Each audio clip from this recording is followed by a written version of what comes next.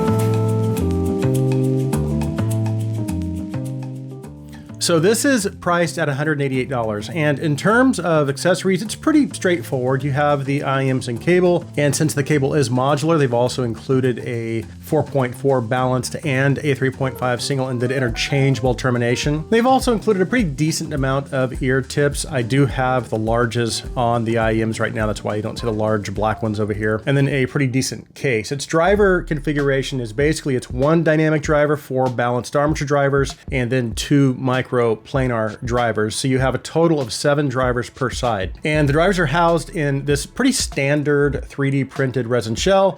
I will say though, I do think the fit and comfort are really, really good with this set, at least with my ears. I had no problem achieving a good fit, a good seal, and I've had no issues with discomfort at all. As for the design, it is a little on the understated or subtle side. I do like that. So while the design looks really beautiful up close, because they went with that darker color combination, they aren't really going to stand out from a distance like the Defiant, for example, with that bright green. And sometimes I actually prefer, again, I like that. Sometimes I prefer a little more of a subtle approach when it comes to aesthetics. And I think the darker gunmetal gray cable looks great with the IEMs, but one thing that really impressed me about the cable was that not only is it modular, which I guess is kind of almost, I guess it's kind of to be expected now at this price point, but what sets it apart from many other cables in this price range is its build quality. It's simply, exceptional for this price point. It's very soft and it's not prone to tangling. It also has minimal issues with memory, which means in terms of its general manageability, this is probably one of the better, maybe even among the best cables I've seen at this price point. And I like the case a lot too. So considering the CK2V is priced at $188 in terms of accessories, its general build quality, the build quality of the cable, the design, fit and comfort, I think this is a pretty solid and well put together package. But of course, the big question is, how does it sound? Well, let's talk about that.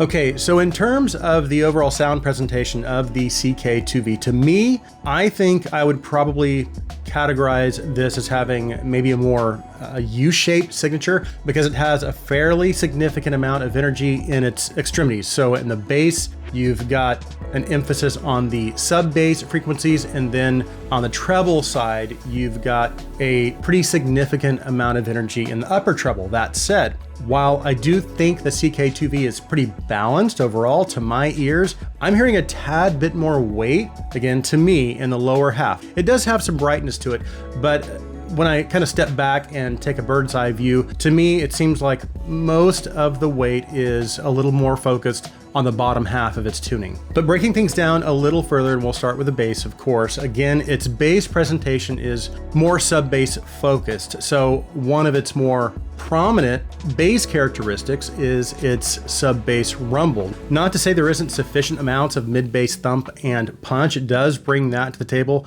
too, but with certain sub-bass heavy tracks, again, that sub-bass rumble is definitely one of the characteristics that kind of jumped out at me. Now, in terms of its overall bass quantity, this is what I would consider to be a bass boost. Not that I would call this a bass headset, but its bass presentation is a little north of neutral in my opinion. And again, in terms of its mid-bass presence, the overall mid-bass energy does start to come down a little bit the closer you move towards the lower mid-range. But again, still enough energy so that you retain good mid-bass punch, but its impact, I guess, is maybe a little more moderated or tame. Now, what's interesting though is how they approached the transition out of the mid-bass into the lower mid-range. Now I want to spend a little time right here because again, this is pretty interesting. It's a little bit different from what you typically see at this price range as far as the way they approach the tuning, that again, that transition out of the mid-bass into the lower mids. And you know, I harp on uncontrolled transitions all the time because if you're not careful, you can introduce, again, coming out of the lower mid or the mid-bass into the lower mids. If you're not careful,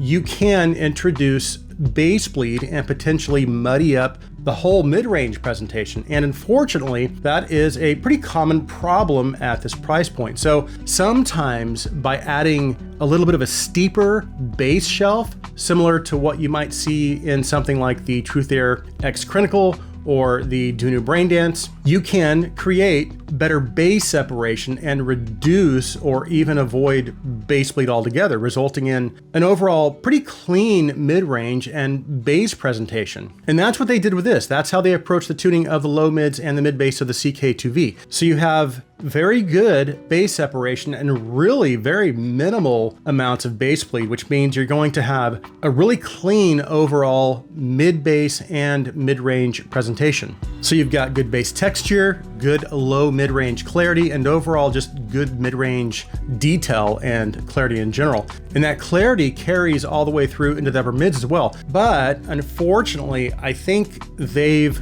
reduced the lower mid energy just a tad too much because its overall mid-range presentation is a little thin or light, in my opinion. So while you have good clarity and generally just a clean presentation, unfortunately, vocals and some instruments can lack weight and can at times, again, they can sound a little bit thin. And personally, I do wish they would have left at least a little bit more of that lower mid-range energy. Although again, I know it can be a little risky, but I do wish vocals and instruments just had a little more weight and a little more body. That said though, that is really a nitpick because otherwise I do think they did an exceptional job at making sure the overall bass and mid-range presentation stayed very clean, especially considering this is priced under $200. And they also did a really good job with the upper mid-range as far as maintaining good vocal and instrument energy.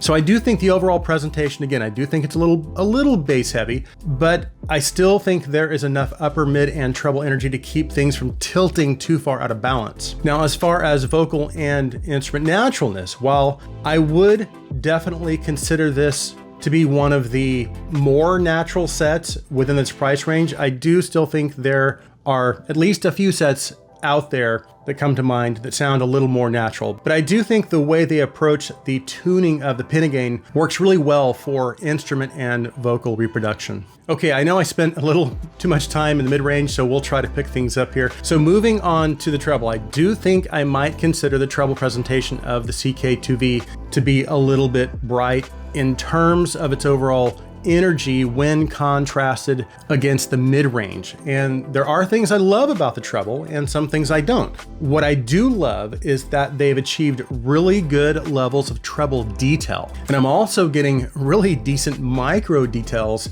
in the upper treble as well. And that's not super common in this price range. I also like that the extra upper treble presence or extension is helping to open its presentation up a little more and give it a good sense of airiness. So you get a pretty complete picture overall in terms of the details and those little micro nuances. However, there is a little, I guess, graininess to its presentation. Not that it sounds totally unnatural, because for the most part, cymbals or any of those percussive instruments that might extend into the upper treble do sound reasonably natural, but I think because of the sheer amount of upper treble energy, sometimes those higher treble frequencies can come across as a little bit thin, I guess, and edging pretty closely towards sounding sibilant, or I guess overly sizzly for lack of a better term. Now, its technical performance is very good. As a matter of fact, the only other IMs I've heard with this level of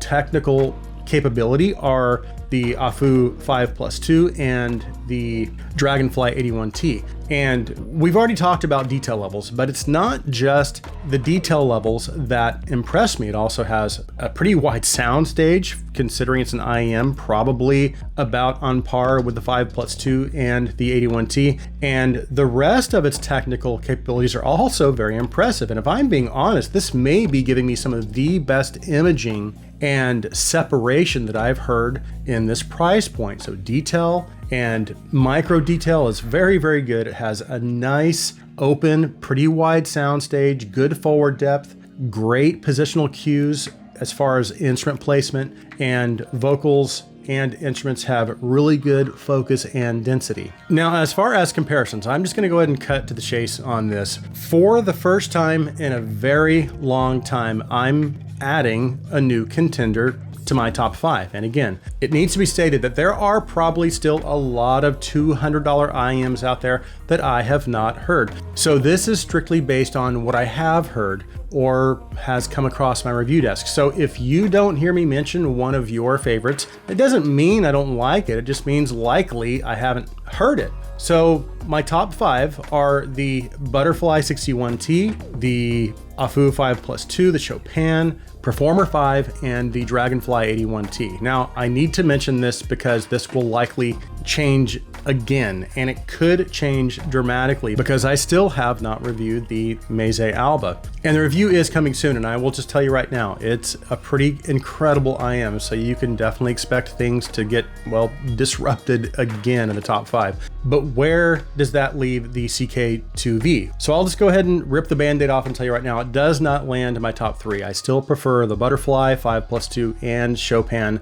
over the CK2V because, again, I prioritize tuning over technical performance. So while it is technically equal to the 5+2 and probably even technically better than the Chopin, I do still prefer their tuning over the CK2V. So that leaves the Performer 5 and the Dragonfly. Now, although I do think the CK2V has better technical performance than the Performer 5, I still do prefer the tuning of the Performer 5 over the CK2V, which does mean that the Performer 5 barely holds on, but it holds on to the 4th spot. So, of course, that means the CK2V does slightly edge out the Dragonfly 81T out of 5th place, and now the CK2V takes its place. And the reason is, of course, as I said, the CK2V does have at least equal